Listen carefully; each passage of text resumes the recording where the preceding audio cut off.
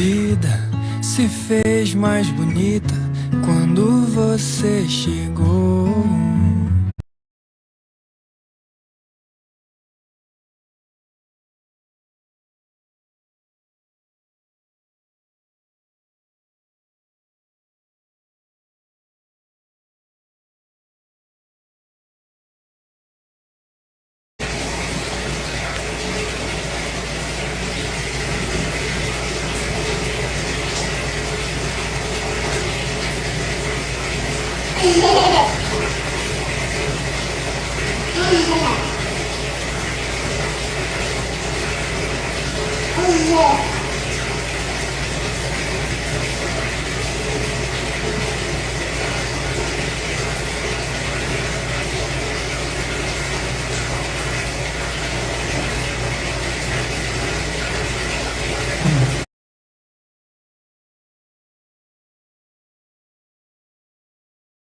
Oi, gente! Vim aqui falar um pouquinho com vocês, principalmente sobre o diagnóstico.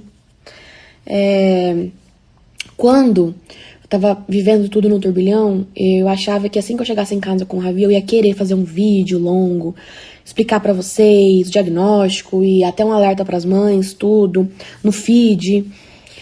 Mas agora que eu tô vivendo o momento com ele aqui, eu não me sinto pronta pra isso, ou preparada, ou talvez eu nunca queira fazer esse vídeo. Então acho que eu vou fazer só esses stories, vou deixar um destaque pra quando alguma mãe quiser ver ou entender o que aconteceu. E pra vocês também, eu sei que existe uma curiosidade também, e não acho isso anormal. A curiosidade não me incomoda, o que me incomoda é as pessoas que se pagam de médico e acham que sabem o que aconteceu, joga no Google o que é e acha que sabe a causa, sabe tudo e não tá vivendo aqui, isso sim me incomoda. Mas eu ia dar um minuto, aí eu cortei.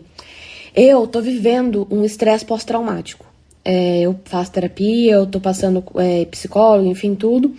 Mas eu tô vivendo um estresse pós-traumático, então eu ainda tô com muita ansiedade, o que é esperado, não é anormal também.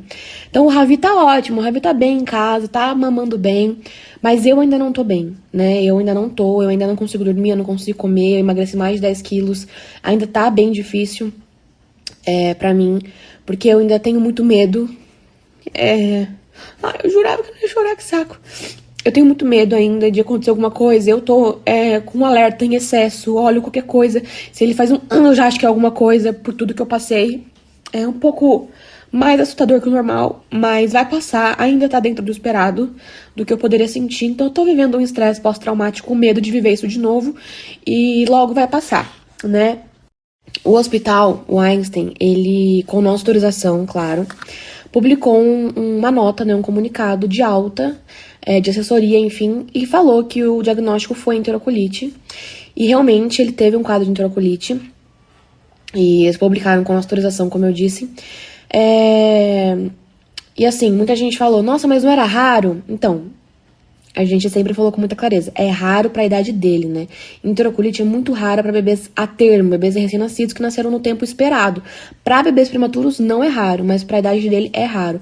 E é sim uma doença muito grave, inclusive eu tinha muito medo de contar o diagnóstico, porque eu sabia que muitas mamães já tinham perdido seus filhos, principalmente prematuros, com enterocolite. Eu tinha medo de postarem, falarem, perdi meu filho, isso aqui, isso me assustar mais ainda, sabe? Vivendo aquele turbilhão.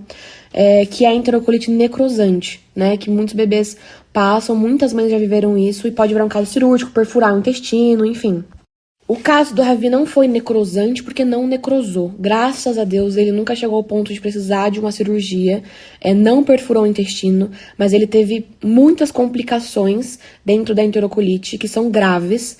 Então, a gente ficou por um fio, sabe? A gente rezava todos os dias porque a qualquer momento poderia acontecer uma situação pior de perfurar, porque ele teve todos os sinais radiológicos nos exames de que era grave, de que poderia piorar. A gente não sabia se era uma linha tênue que estava subindo, piorando, ia descer, ou se ia só subir e piorar cada vez mais e poderia perfurar.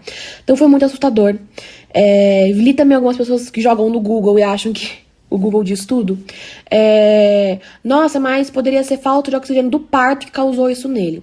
Sim, muitos bebês, principalmente prematuros, quando falta oxigenação, tem hipóxia, entre outras causas, pode sim faltar oxigênio no intestino e causar uma enterocolite. Como eu sempre falei, não é o caso do Ravi, não teve nada, absolutamente nada a ver com o parto. O Ravi nunca teve uma falta de oxigenação no sangue, a saturação nunca baixou e também não teve nada no parto, não teve hipóxia, não teve falta de oxigênio. As pessoas confundem o desconforto respiratório que ele nasceu com o coração desacelerar, ter uma hipóxia, faltar oxigênio pro bebê quando ele nasce mesmo, sabe? Isso ele não teve. Ele tem nascido com desconforto, gente, mães com cesárea agendada, o bebê nasce, ele acabou de nascer, às vezes ele não sabe como respira, ele nasce com desconforto para respirar mesmo. O dele não foi um caso de falta de oxigênio ou algo que poderia desencadear, até porque se fosse, os sintomas apareceriam logo em seguida ao do nascimento, né? Ele não conseguiria fazer um cocô, talvez, ou teria uma hemorragia ali ainda na maternidade, nos primeiros dias de vida. O Ravi foi apresentar com 15 dias de vida, depois de muitos cocôs bem efetuados e uma vida super plena e maravilhosa em casa. Então não teve nada a ver com parto, foi descartado logo no início. Os médicos, tá? A internet. É até ridículo ter que explicar isso, porque eu já falei várias vezes, né, que não teve a ver com o parto. Parece que as pessoas querem me magoar pra que eu me sinta culpada pela via de parto que eu escolhi. Mas não, gente, não teve nada a ver mesmo, graças a Deus, porque senão eu estaria me culpando mesmo. Talvez eu nem estaria conseguindo ter condições de estar aqui falando, estaria muito mais doente. Psicologicamente, mentalmente, tá? Bom, e aí ele teve um caso de enterocolite. De início, o caso mais grave de enterocolite é uma enterocolite infecciosa, né? Que é causada por uma bactéria, um vírus, um parasita, algum bicho. Então a gente precisa descartar essa enterocolite infecciosa. Os exames dele nunca demonstraram que foi uma infecção. O PCR nunca subiu, o hemograma nunca teve alterações significativas, nenhum dos exames que foram feitos tinha, apenas o raio-x. O raio-x dele sempre foi caótico no abdômen, sempre teve um monte de coisa grave, assim, pra uma enterocolite. Então, só que a gente não poderia correr o risco de ser um infeccioso, porque ele é o que realmente mata. A enterocolite mata mais quando é infecciosa. Então, conforme ele foi respondendo a tudo, né? Os exames foram mudando algumas coisas, o antibiótico também que ele tomou, entre outras coisas, foram dando alguns sinais, aonde, quando o raio-x vai melhorando, fez ultrassom também, aonde que estava inflamado no intestino, com pessoas especialistas, gastropediatra, radiologistas e minha pediatra, entre outras, uma equipe excelente de médicos. Eu tenho que agradecer muito ao Dr. Ricardo, que é o gastro agora do Ravi, a doutora Ruth, que fez todos os exames, que ela é, assim, mágica. Obviamente, a Paula, nossa pediatra, que eu já agradeci ela ontem. Então, assim, no final das contas, chegamos à conclusão que pode ter tido um quadro infeccioso, mas o PCR nunca subiu, então eu como mãe, tá, os médicos nunca me falaram isso, eu como mãe não acredito que foi infeccioso, mas mostrou que ele tem um quadro alérgico. Então, existe uma condição que é a enterocolite ser induzida por uma alergia à proteína do leite de vaca. Então, chegou à conclusão que ele tem alguma alergia severa. Então, provavelmente, a enterocolite foi induzida por uma alergia severa que atacou o intestino dele. Então, ele tem uma alergia, por exemplo, ao meu leite, né? Ele estava amamentando, era uma alergia muito forte, provavelmente uma PLV, não dá pra saber ainda de qual proteína do leite, ou se foi a ovo, ou se foi a castanha, que são coisas que dão muita alergia e que eu comi demais no período em casa, mas alguma coisa desencadeou a enterocolite, que é uma situação muito grave que a PLV pode causar. Então a PLV não é uma alergiazinha básica, não. Tem sim quadros muito tranquilos de PLV, mas tem quadros muito perigosos, como foi com o Ravi. Então eu, mãe, acredito que foi a alergia que induziu, mas pode sim ter sido uma coisa cruzada ali da alergia com o infeccioso, por ter chegado ao ponto de ser tão grave. Não dá pra saber, tá? A gente nunca vai confirmar isso, não vai entrar no intestino dele e ver a bactéria lá, até porque não tem como fazer exames invasivos com o intestino ruim. E agora, pra encerrar, qual foi o sinal, Vi, que fez você ir pro hospital, para as mamães ficarem de alerta, né? Bom, o Ravi sempre esteve bem clinicamente. Mesmo sendo no intestino, a barriga nunca distendeu, nunca ficou grande, dura, como acontece com muitos bebês prematuros com a enterocolite, que é um dos principais sinais. O Ravi não teve nada. Nada clinicamente. Perfeito. A única coisa, o único sintoma que ele teve foi uma hemorragia. Muito sangue nas fezes. E não é pouco, não, tá? Eu não vou pôr a foto da fralda aqui, porque acho que é já muito íntimo e também o Instagram pode banir, porque é realmente muito sangue. Então não é aquele veiozinho de sangue que a PLV causa na maioria dos bebês que tem a PLV. Não era um veiozinho, um sanguinho assim, não. Era uma fralda com tanto sangue que era, tipo, alto o sangue. A quantidade de sangue era alta dentro da fralda dele. E era um sangue muito fedido, como se fosse uma borra de café escuro com sangue. O que se denomina melena, que é um sangue digerido. Por isso que ele é tão fedido. É um cheiro podre. podre, podre, podre. Eu já tinha ouvido falar que na medicina um dos cheiros mais fedidos era o cheiro do sangue, né? O sangue velho, o sangue digerido, esse sangue meleno mesmo. E é um cheiro muito podre. Então, ele fez 2 fraldas com muita hemorragia. Então, não era pouquinho, não, era muito. Era sangue e, mais que o sangue, era uma borra de café. Então, a cor total da fralda era uma borra de café, sabe? Bem escuro e muito fedido. E dava pra ver em alguns cantos o sangue mesmo, assim, o vermelhão do sangue. Também tinha sangue vivo e esse sangue escuro, que é esse sangue digerido, que passou pelo intestino ali e foi digerido. Então, era um sangue muito esquisito. Foram 2 fraldas assim. Na primeira, a gente já foi pro hospital. Caso, poderia ser, tipo, fissura do meu peito, ou um vasinho, sabe, do peito que foi, não sei o quê. Mas eu falei, não, meu peito tá ótimo, não é isso. Fui pro hospital e aí já fez mais uma fralda de sangue. E aí sim a gente começou a buscar o que era.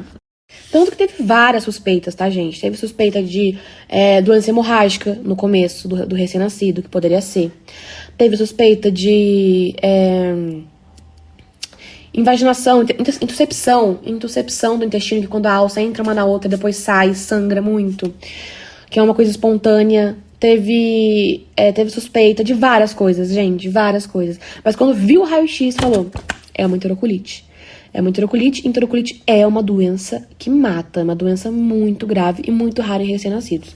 Então, graças a Deus, ele ficou super bem ao tratamento, ao jejum.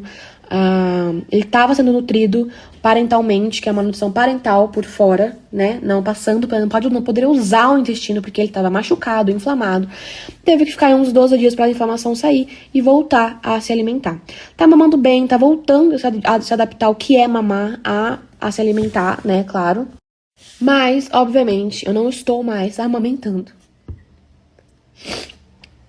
Eu achei que eu não fosse chorar com essa informação, porque quando eu tava no hospital, isso não era importante pra mim. Eu nem ligava, sabe? Tipo, não vai mais amamentar, eu só quero ele em casa, só quero ele bem, dá a fórmula que tem que dar, a fórmula de aminoácidos, né? Que não tem uma proteína do leite de vaca, como foi um caso alérgico. Dá a fórmula, não ligo de não amamentar. Eu não tava nem aí, nem aí, eu só queria ele em casa. Mas agora que eu tô em casa, eu sinto muita falta. Eu sinto muita falta dele no peito. Eu sinto muita falta do calorzinho dele, de ver ele mamando, de ver a movimentação, Eu amo amamentar e eu tava indo muito bem. No da Lu, ela teve um freio da língua que fez a frenectomia 2 vezes. Não foi uma amamentação tão fácil assim. Eu tava muito nervosa emocionalmente. No puerpério foi muito mais caótico que o da Lua, pelo incrível que pareça. E não conseguia amamentar muito bem. Mas dessa vez tava indo muito bem. Ainda tava tendo que complementar com a relactação, mas eu nem ligo, sabe? Eu gosto tanto de amamentar que eu tava acostumada já.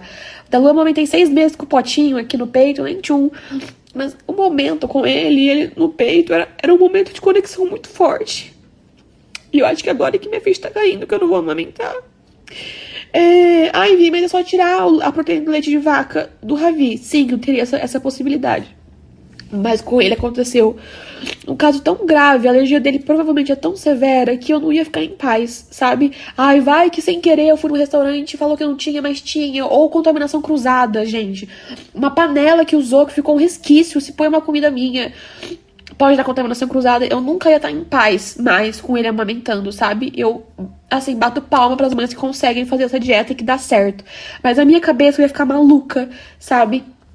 Então eu cheguei à conclusão que o melhor pra ele era que eu não amamentasse mais, porque eu ia ficar uma mãe que não ia estar bem amamentando, com medo de estar fazendo mal a ele, o meu leite tá fazendo mal a ele, e não vou mais amamentar.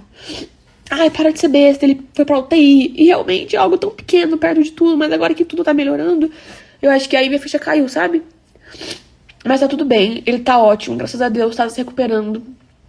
Como ele perdeu muito sangue, e também, né, muitos exames de sangue, jejum, né, e ele teve a nutrição parenteral, mas não tem ferro na nutrição parenteral, por exemplo, que é pela veia. Então ele tá um pouco anêmico, mas ele tomou ferro no hospital e agora tá sendo tratado em casa, tá? A anemia dele, daqui a pouco já passa, já melhora. E acho que é isso, gente, o que aconteceu. Eu ainda tô me recuperando, não sei quanto tempo vai demorar, mas eu tenho certeza que Deus tá comigo, que vai ser rápido, ele vai acalmar meu coração, porque é só ele mesmo. Aí a gente fica naquela, né? Meu Deus, por que Deus tá acontecendo comigo? Tanta coisa uma atrás da outra. Tem mais um monte de coisa que aconteceu aqui nos bastidores que vocês nem sabem nesse período. A minha avó teve um AVC, teve uma outra coisa que aconteceu na nossa empresa. Foi um monte de coisa ao mesmo tempo, assim. Minha avó também tá bem, graças a Deus. Eu fiquei, meu Deus, por que tá acontecendo isso? E eu e Eli, a gente sabe, a gente acredita muito que teve uma coisa muito mais espiritual, muito mais com Deus. Eu e Eli, nós sempre fomos pessoas individualmente que confiaram muito em Deus e acreditaram muito em Deus. Sempre a gente agradeceu muito a Deus. Antes de eu conhecer o Eli e ele antes de me conhecer, separadamente, né? Sempre agradeci muito a minha vida, nunca tive do que reclamar e ele também não, sabe? Deus sempre foi muito bom com a gente. Antes a gente se conhecer, com a vida dele, com a minha, sempre, em todos os pilares da vida, assim. Então eu sempre fui muito grata a Deus. Nunca fui de pedir muita coisa a ele, porque ele sempre me deu mais do que eu imaginava, sabe? Mas tem uma diferença muito grande de você acreditar, agradecer, confiar em Deus e você ter uma intimidade com Deus. Você ter Deus na sua casa, na sua rotina, na sua família. Eu acho que o que Deus... Eu não acho, tenho certeza que o que Deus queria com tudo isso era fazer a gente parar, conversar com ele e entender. Ele deu muitos sinais claros. Claros, assim, gente, coisa que você fala, não é possível. Testemunho, sabe quando você vê um testemunho e você fala, é mentira isso aí. Não, eu vivi na pele. Eu acho que o Eli vai querer contar, porque teve um que ele viveu também, que foi bem forte. Mas, então eu vou deixar pra ele, né, algo muito pessoal. Mas teve alguns sinais que a gente sentia Deus muito claro falando com a gente, assim. E a gente sabe que o que Deus queria com tudo isso era intimidade, era entrar no nosso casamento, era entrar na nossa casa, era entrar na nossa rotina. Nossos filhos são filhos dele. E como que nossos filhos não vão saber quem é o pai deles? Como que o nosso filho não vai saber quem é Deus? A gente não tinha o costume de falar de Deus pra Lua, explicar pra ela. Mesmo que ela tão pequenininha, gente, ela entende tudo, tá? É agora que você começa. É a base de tudo. Tá acima de qualquer coisa na nossa vida. Deus queria que a gente convidasse ele pra entrar na nossa casa. Deus queria que a gente convidasse ele pra entrar na vida dos nossos filhos. Deus queria que a gente convidasse ele pra entrar no nosso casamento.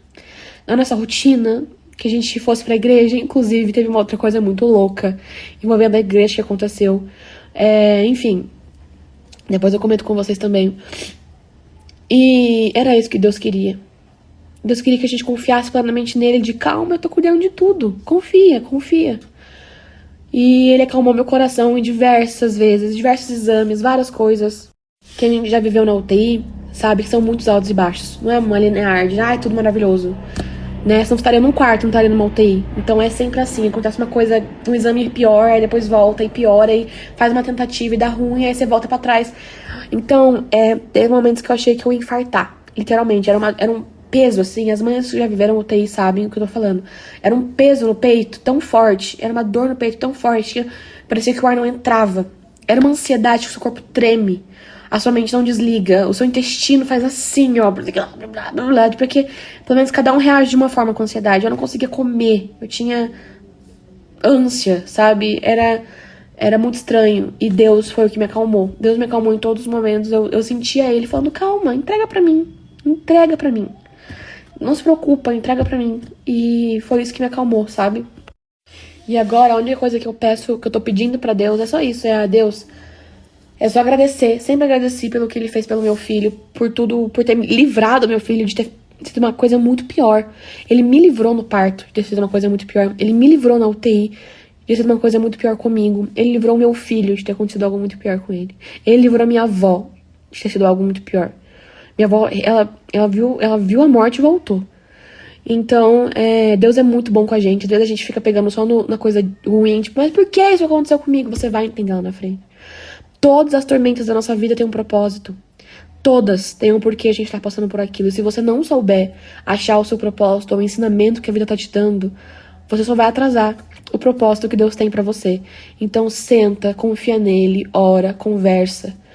E tenta absorver quais são as mensagens, o que você precisa melhorar, o que pode ser que tá acontecendo, sabe?